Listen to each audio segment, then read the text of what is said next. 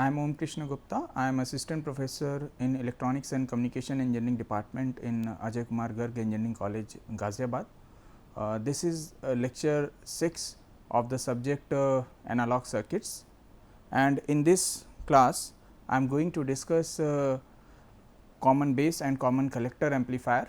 So, in the last class, that is the lecture 5, in that particular class I had discussed common emitter amplifier without emitter resistance and with emitter resistance. So, in that particular class I had given the basic introduction of the common base and common collector configuration also. In today's class we are going to calculate the different parameters of common base and common collector amplifier. For example, input resistance, output resistance, voltage gain, fine. So, basically the basic concept to derive the different parameters like input resistance, output resistance, voltage gain, it is similar to the common emitter amplifier. That is, firstly we need to draw the small signal model, that is either we draw the T model or hybrid pi model. So, we can select any model either hybrid pi model or T model depending upon the situation. We can draw the hybrid pi and T model of any circuit, but it is better to select, it is more convenient to select a particular model to derive the different expression. For example, if there is a resistor connected at the emitter terminal, so it is more convenient to use T model, right, otherwise we can use hybrid pi model, fine. So, starting with the class. So, in this particular class I am going to discuss common base amplifier and common collector amplifier. So, starting with the common base amplifier.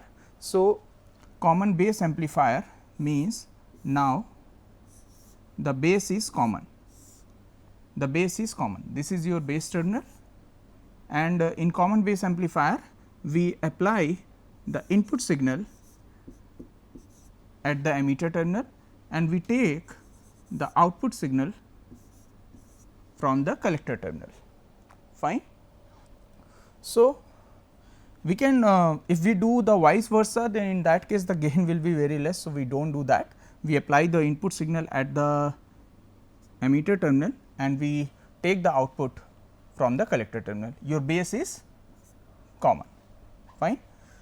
So, if we have been given a circuit, then we can easily draw the small signal and model of that particular circuit. What we need to do? We have to remove all the DC sources, because in small signal analysis we are concentrating on the small signal, that small signal is the AC signal, fine. So, we have to remove all the DC quantities, it means that your voltage source will be short circuited and current source will be open circuited, fine. And one more thing that I had discussed also in common emitter amplifier, that is, for example, this is your common base amplifier, it means that we are applying the input at the emitter terminal, fine. So, we give that input through a coupling capacitor, that is your CC1, and we take the output through a coupling capacitor, another coupling capacitor, that is CC2, fine. The function of this coupling capacitors is to couple the input signal to the emitter terminal and we take the output signal from the collector terminal through this capacitor.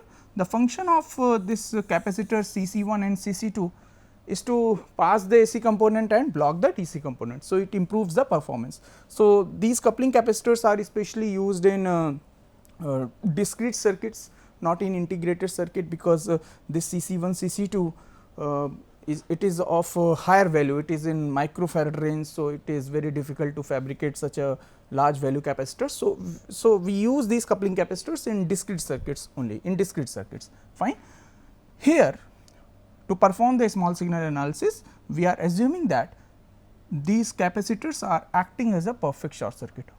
Obviously, there is the effect of capacitor on the voltage gain of the amplifier, but here for simplicity purpose right now we are just assuming that these coupling capacitors are acting as a perfect short circuit. We will study later what is the effect of these coupling capacitors in unit 2, where you will see that how these coupling capacitors it reduces the gain. There I will discuss. Fine. So, this is your basically common base amplifier. So, in this common base amplifier you can see that the base is grounded and one terminal of collector resistance RC is connected to supply voltage VCC, but since we are going to apply the small signal model, we are going to perform the small signal analysis. So, we have removed all the DC sources, the DC voltage source, and if we are using the DC current source for biasing purpose, then that will be open circuited. That is why in this particular circuit there is no DC quantity involved, no DC current source, no DC voltage source, and you can see that the signal which is to be amplified, that is your Vsig, and the internal resistance of this Vsig is Rsig, and this signal Vsig is applied at the emitter terminal of the BJT, and you can see that we are taking the output from the collector terminal, and there is no capacitor involved here, because as I already stated that we are considering that the capacitors, coupling capacitors are acting as a perfect short circuit. Fine. This RC is the collector resistance. Now, like we have already done the derivation part of common emitter amplifier in the last class. So, similarly we need to do that derivation here also in common base and common collector amplifier also. So, what will be the input resistance? The input resistance is input voltage upon input current. So, you can see that to calculate the input resistance, output resistance and voltage gain. So, firstly redraw the circuit. So, we can draw the hybrid pi model, we can draw the T model. Since there is a resistor we are considering here at the emitter terminal, so it is better to draw the T model. So, this is your T model, that is the small signal model of this particular circuit. Fine. Now, you can see your base is grounded, your Vsig and Rsig, Vsig is the input AC source and the internal resistance of Vsig is Rsig, and this Re is the internal resistance at the emitter terminal, and we have derived the value of Re also in lecture 4. This Re is basically, this Re is approximately alpha by Gm, it is alpha by Gm. Fine. And this is your dependent source, that is current dependent current source, this Rc is the collector resistance. So, refer to lecture 4, in that lecture 4 I have discussed the small signal model, there we have seen that how we derived the value of the small Re. Fine. Now, from here you can see that the input resistance will be Re, and output resistance how we calculate, we put the input signal is equal to 0. So, from here we can see that the output resistance is straightforward, it is Rc. So, the output resistance is Rc, and what is the output voltage V naught? You can see that this output voltage V naught will be this current alpha IE into Rc. Since the direction is opposite, that is why this V naught is equal to, output voltage is equal to minus of alpha I into Rc, and from here we can calculate the value of the emitter current IE. What is IE? That is the current flowing through RE resistor, that IE is equal to, since the again the direction is opposite, so it is minus Vi upon RE. Fine. And using these equations we can calculate V naught upon Vi, that comes to alpha upon Re into Rc, and we know the value of Re, that is alpha by Gm, alpha by Gm. So, alpha upon Re will be, what will be alpha upon Re? From here you can see that alpha upon Re, it will be equal to Gm. So, finally what we are getting?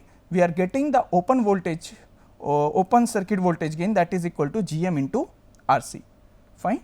So, the difference between AV and AV naught is, when we put the load resistance RL equal to infinite, then that voltage gain is called AV naught. So, the open circuit voltage gain is Gm into Rc, that is the positive, that is positive.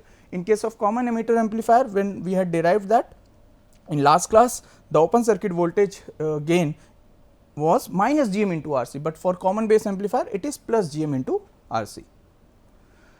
Now, see, if we are calculating the voltage gain, now we are considering the load resistance RL, then of course that RL will comes in parallel with RC, fine. And similarly we can calculate the overall voltage gain. This overall voltage gain GV is equal to V naught upon Vc. So the method for calculating the GV, it is similar to for common emitter, it is similar to the common emitter amplifier that I had discussed in the last class. So just what you have to do, you have to find out the value of V naught upon Vc, like you have already find out that value for common emitter amplifier.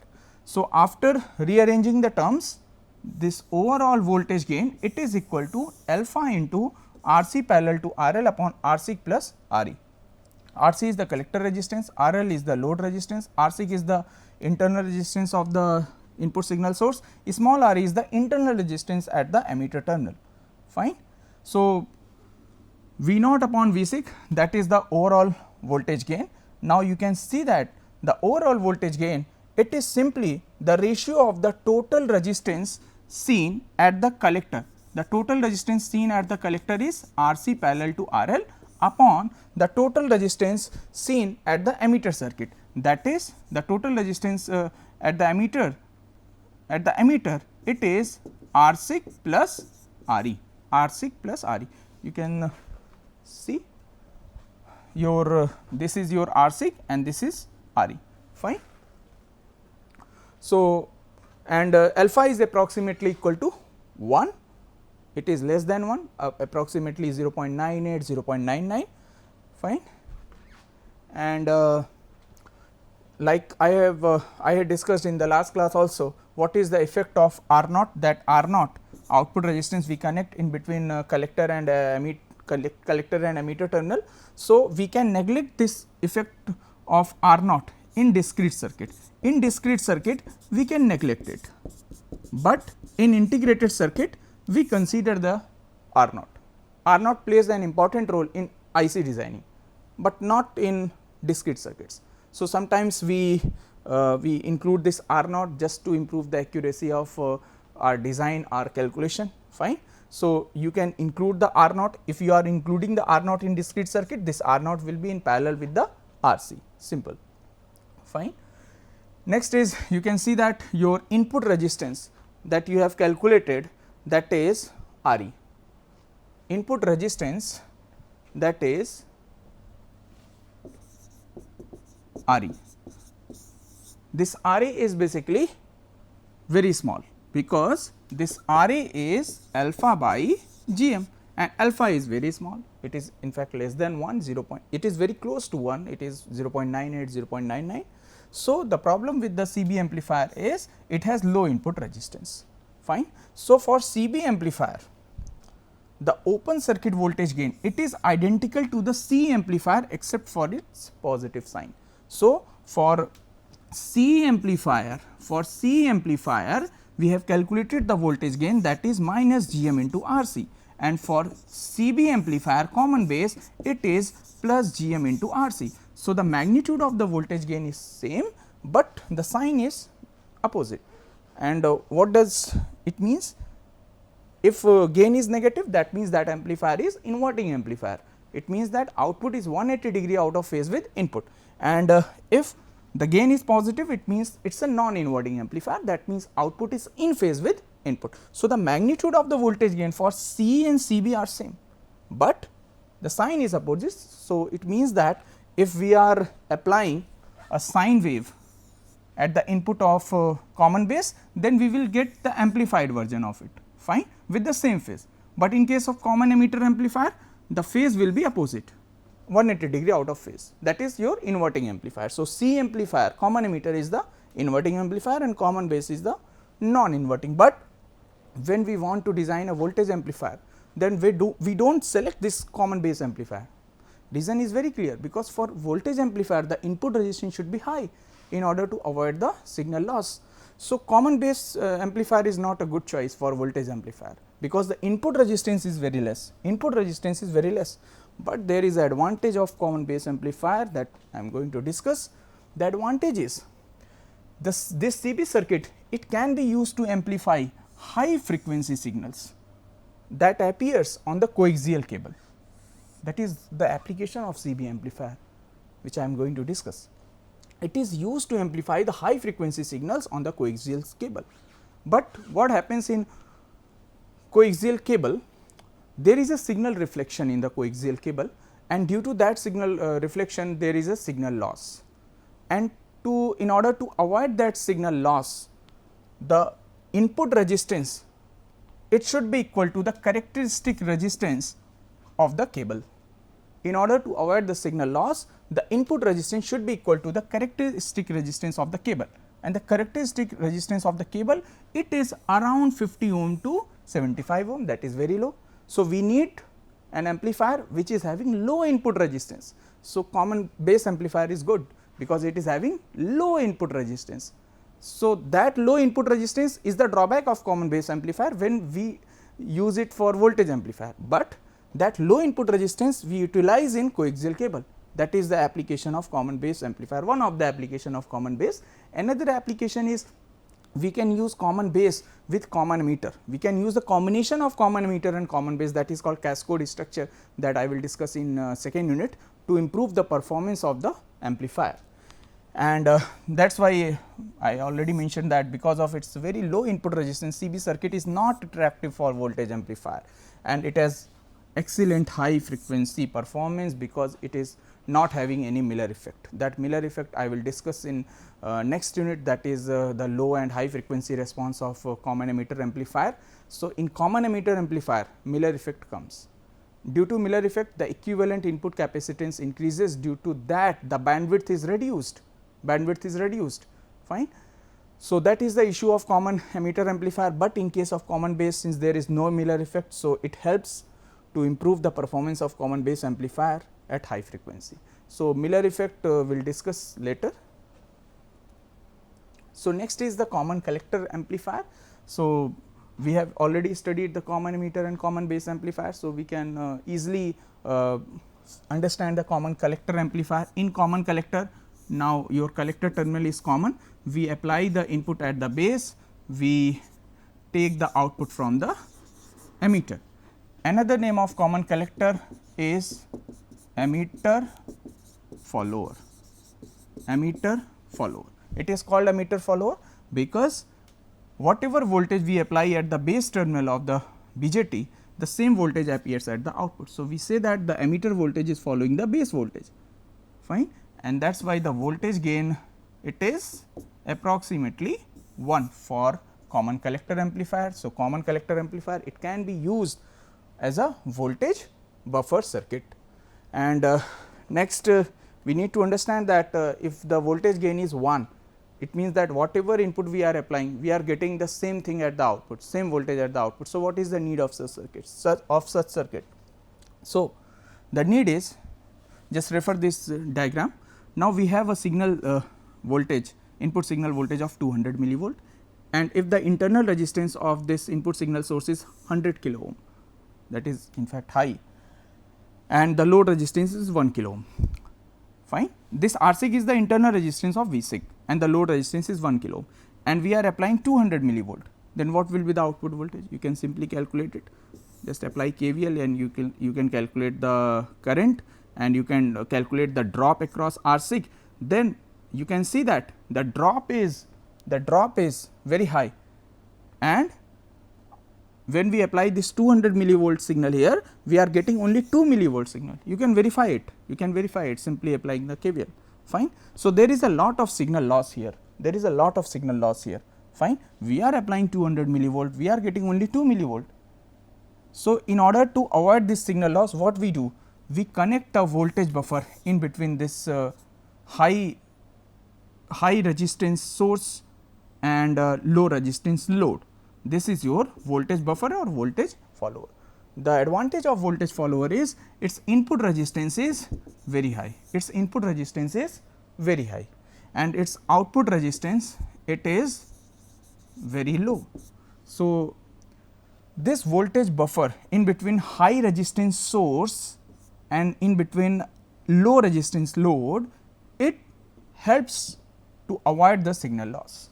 The reason is very clear. This is your voltage follower circuit, voltage buffer circuit. Here you have applied any V6 signal, fine.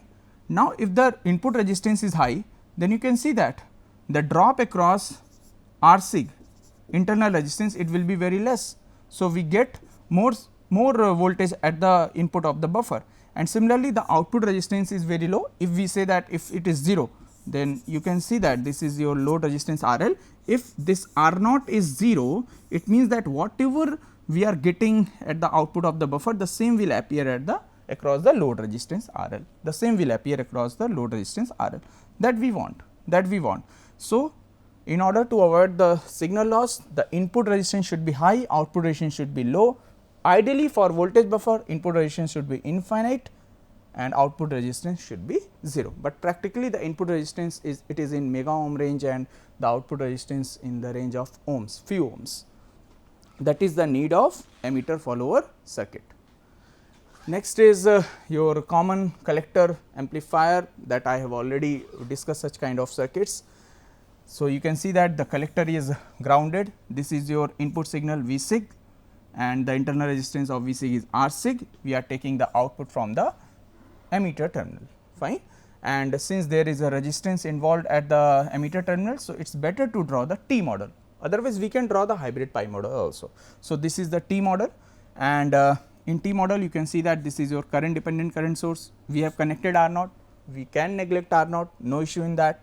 Re, small re, that is the internal resistance at the emitter terminal. This is small re, we have calculated it, it is alpha by Gm in lecture 4. RL is the load resistance. So, already we have done such kind of derivations in common emitter and common base amplifier. So, we can do it fast. So, we can see that the input resistance, how we calculate, that is the input voltage upon input current. Input current is IB, because we are applying the input signal at the base terminal.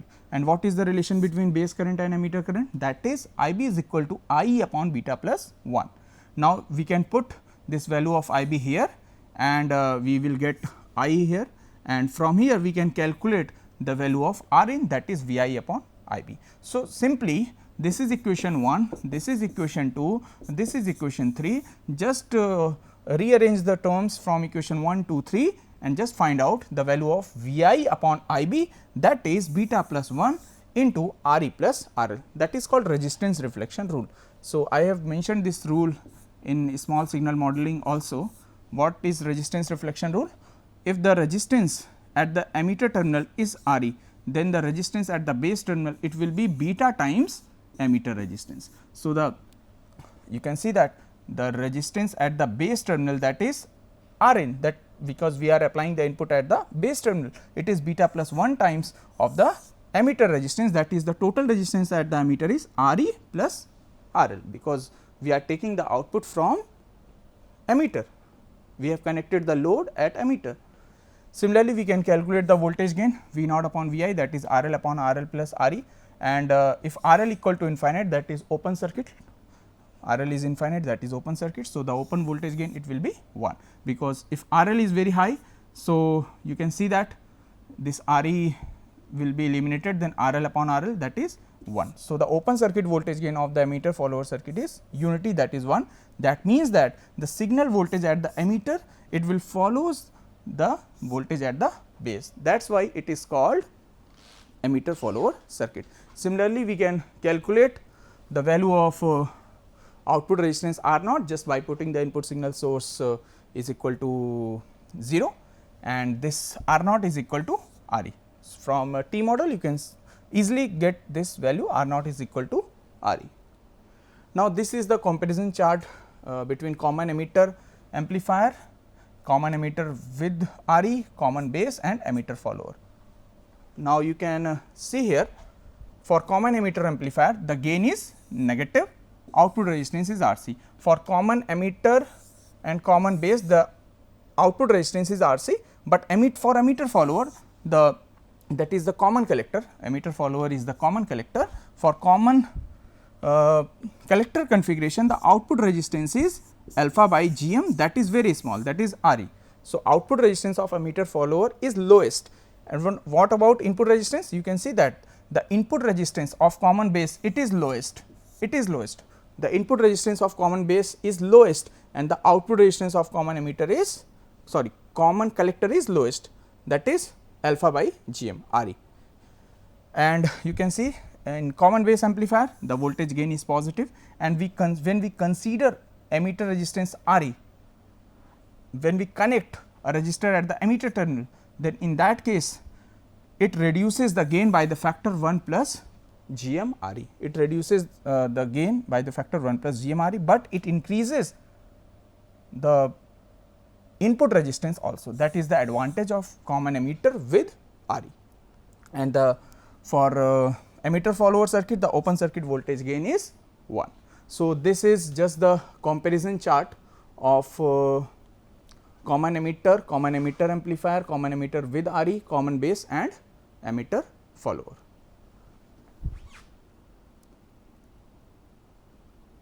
So, the conclusion is I have already discussed this common emitter configuration. It is used when we want voltage amplifier, then we use common emitter amplifier, and by adding a resistor at the emitter terminal, in that case it helps to improve the input resistance, but it also reduces the voltage gain.